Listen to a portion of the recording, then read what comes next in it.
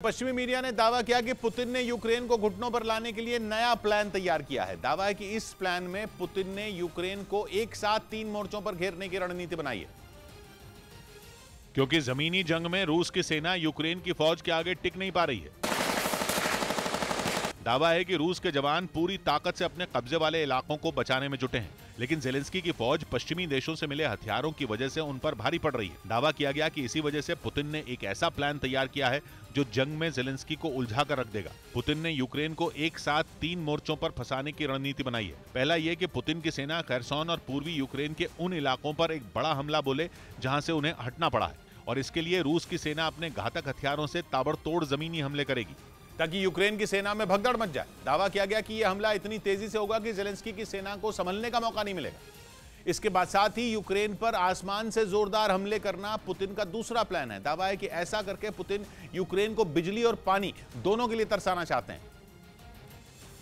जिसके लिए उनकी सेना के लड़ाकू विमान और ड्रोन दोनों मिलकर एक साथ यूक्रेन के शहरों पर हमले करेंगे।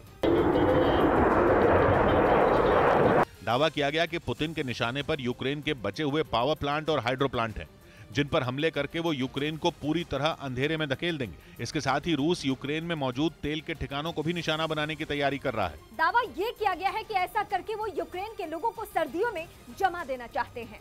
जब लोगों के पास न बिजली होगी और न ही ईंधन, तो वो दिसंबर से मार्च के बीच पड़ने वाली सर्दियों में ठिठुर जाएंगे। और पुतिन को उम्मीद है कि ऐसे हालात में लोगों के साथ साथ ज़ेलेंस्की का भी हौसला टूट जाएगा, क्योंकि बिजली के साथ ही उनकी सेना यूक्रेन के लोगों को पानी के लिए भी तरसा रही है। और इसकी वजह यह है कि पिछले करीब 1 हफ्ते में रूस ने ज्यादातर हवाई हमले यूक्रेन के पावर और हाइड्रो प्लांट पर ही किए, जिसने कई घंटों तक कीव समेत 7 शहरों की बत्ती गुल कर दी थी। राजधानी कीव को तो सबसे ज्यादा मार सहनी पड़ी थी, क्योंकि वहां रूस की सबसे ज्यादा मिसाइलें बरसी थी।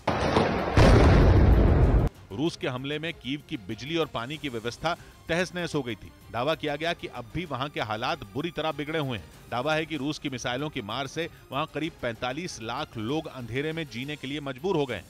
और यहीं से पुतिन का तीसरा प्लान काम करना शुरू करेगा, जिससे यूक्रेन का साथ दे रहे देश भी परेशान हो जाएंगे। दावा किया गया कि रूस के हमलों और बिजली पानी की किल्लत से यूक्रेन के लोग बड़ी संख्या में आसपास के देशों में भागने लगेंगे, और ये उन देशों पर भार बढ़ाने का काम करेगा। दावा है कि इसके बाद यूक्रेन के मददगार हाथ पीछे खींचने को मजबूर हो जाएंगे, जिसके बाद पुतिन आसानी से यूक्रेन को घुटने टेकने पर मजबूर कर देंगे।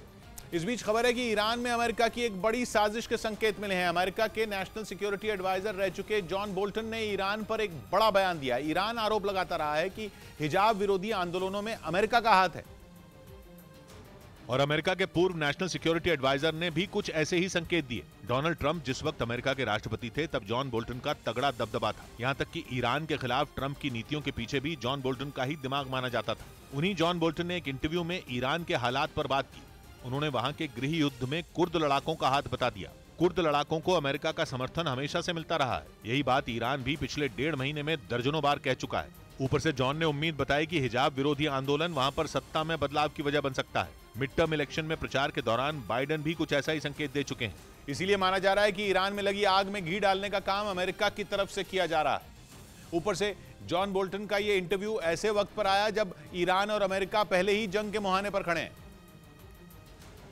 और किसी भी पल दोनों के बीच जंग छिड़ सकती है।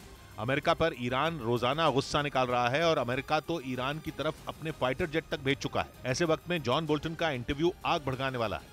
पहले ही माना जा रहा था कि ईरान ने अपने ड्रोन और अपनी मिसाइलों को हमले के लिए तैयार कर लिया है। इराक और सऊदी अरब में ईरान के हमले किसी भी पल होने वाले हैं। खासतौर पर उन जगहों को निशाना बनाए जाने की अटकलें थीं जहां अमेरिकी फौज की मौजूदगी है। लेकिन ईरान की सबसे बड़ी परेशानी इस वक्त ईरान के घरेलू हालात हैं। हिजाब आंदोलन की वजह से वहां गृह युद्ध जैसे हालात हैं। इसीलिए बोल्टन का दावा ईरान के जख्मों पर नमक छिड़कने वाला है।